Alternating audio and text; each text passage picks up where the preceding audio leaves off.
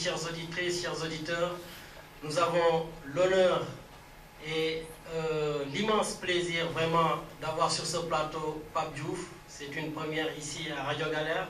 Donc après les déplacements de Radio Galère pour aller interviewer le président de la République Macky Sall, pour interviewer le grand marabout Serigne Mamor Mbacké, pour interviewer Ousmane Tanor Dieng et tant d'autres personnalités, aujourd'hui nous vous offrons Pape Diouf, Pape qui est aujourd'hui sur la sellette, Pape qui défraie la chronique et vous en saurez quelque chose car il a écrit un livre intitulé C'est bien plus qu'un jeu. Mais avant cela, je demanderai à son ami, parce que le livre est un livre autobiographique, et donc tout simplement à son ami de nous dire, Moïse, qui est Pape Diouf? Bonjour chers auditeurs et auditrices de Radio Galère. Nous sommes là aujourd'hui, bon, c'est un moment exceptionnel. Nous sommes en famille, en compagnie d'un frère, d'un ami, et qui est quand même un membre très important de la communauté africaine de Marseille. Pape Diouf, il est un Sénégalais qui est né au Tchad. C'est un fils d'un ancien combattant. Son papa a servi pour l'armée française. Et c'est lors de sa mission au Tchad que Pape Diouf est né. Donc après quelques mois, il est retourné au Sénégal. Il est né en 1951. Et il a grandi dans le quartier de Sicap Fann, près de Fann Résidence. Et donc c'est un garçon de Dakar qui a fait ses pas à Dakar, à la Sicap, le plateau, et puis c'est un pur produit dakarois. Et quand même, j'ai quand même constaté que dans son livre, il a fait le Dara, sans le savoir, parce que le fait de l'avoir exilé 5 ans, tu vois, de ses parents, il a fait un apprentissage de la vie dans le Wallo et vers Kaedi, tout ça, donc ça l'a aguerri.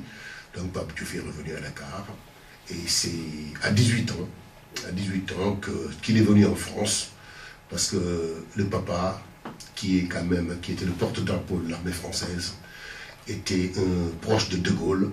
Et comme il aime bien s'y le lire, c'est le gaulliste africain. Et le papa voulait de lui un soldat, voulait faire de lui un soldat. Et c'est comme ça qu'il est venu en France, croyant qu'il allait dans une école militaire.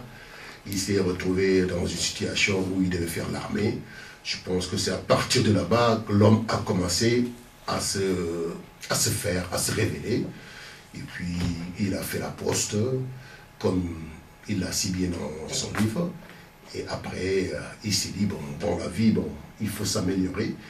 Il a fait tout le nécessaire pour être journaliste, l'un des premiers journalistes africains de Marseille. Et quand il était journaliste, il s'était vraiment marqué à gagner 2 fois le prix Martini. Le prix Martini, c'est le meilleur article de la région. C'était l'un des prix les plus prestigieux dans la région, et ce prix permettait aux gagnants d'aller conquérir nationalement à Paris. Et 2 fois il a gagné le prix Martini, 2 fois il a représenté toute la région pour ce prix, et il s'en est sorti honorablement. Et après cela, il s'est senti d'une mission parce que ce sont les jeunes Africains, les joueurs africains qui voulaient de son conseil. En étant journaliste, il a toujours été conseiller. Il a débloqué beaucoup de situations, plus que certains agents de joueurs.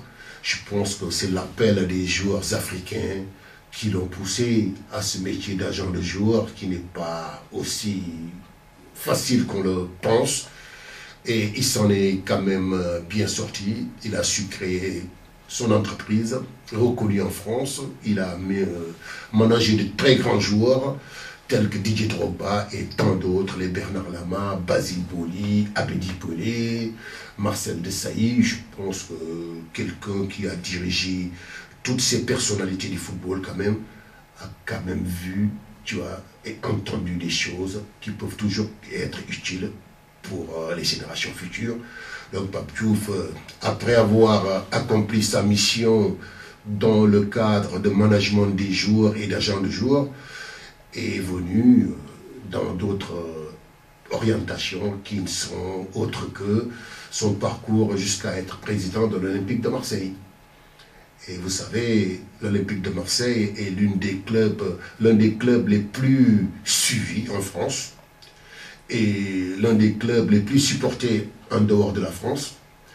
Je vous donne un exemple, le Sénégal, quand l'OM joue au Sénégal, vous savez, tout le monde est branché, quoi. Pape ne me contredira pas, chaque fois qu'il part à Dakar, toutes les questions que les gens lui posent sur le football, c'est l'OM, et comment ceci, et comment cela, et des fois même, il n'a même pas le temps de savourer un verre dans une place publique de Dakar, parce qu'il est toujours assailli par des gens qui viennent le solliciter.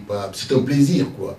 Pape, l'OM, et ceci, et je sais, bon, c'est comme ça c'est sa vie, c'est Pape Diouf, il est comme ça, et j'en sais quelque chose que je l'ai côtoyé, et je sais que c'est un homme très simple. Et là, il est là parmi nous. Il a écrit un livre. Et ce livre, pour en savoir plus, il faut quand même lire le livre de long en large. Mais quand même, on ne va pas accaparer la parole. L'invité, c'est Pape Diouf. Nous allons donner la parole à Pape Diouf pour parler aux auditeurs de Radio Galère et à tous ceux qui nous écoutent et à toute la diaspora, la communauté africaine. Monsieur Pape, vous êtes là en face de nous et en direct avec les auditeurs de Radio Galère. Je pense qu'on a parlé de l'essentiel de votre parcours. Maintenant, bon, la parole est à vous et puis expliquez-vous. Vous avez l'opportunité de partager un moment avec tous les Sénégalais et les Africains de Marseille. D'abord, bonjour à tous et merci de votre invitation, à laquelle j'ai répondu avec beaucoup de plaisir et je dirais même avec beaucoup de ravissement. Être parmi vous, c'est aussi revendiquer une appartenance qui est la mienne, qui est une appartenance à une communauté, pour l'essentiel, dont les membres partagent les mêmes valeurs. Donc je suis ravi effectivement d'être là. Vous avez évoqué la sortie du livre que j'ai écrit.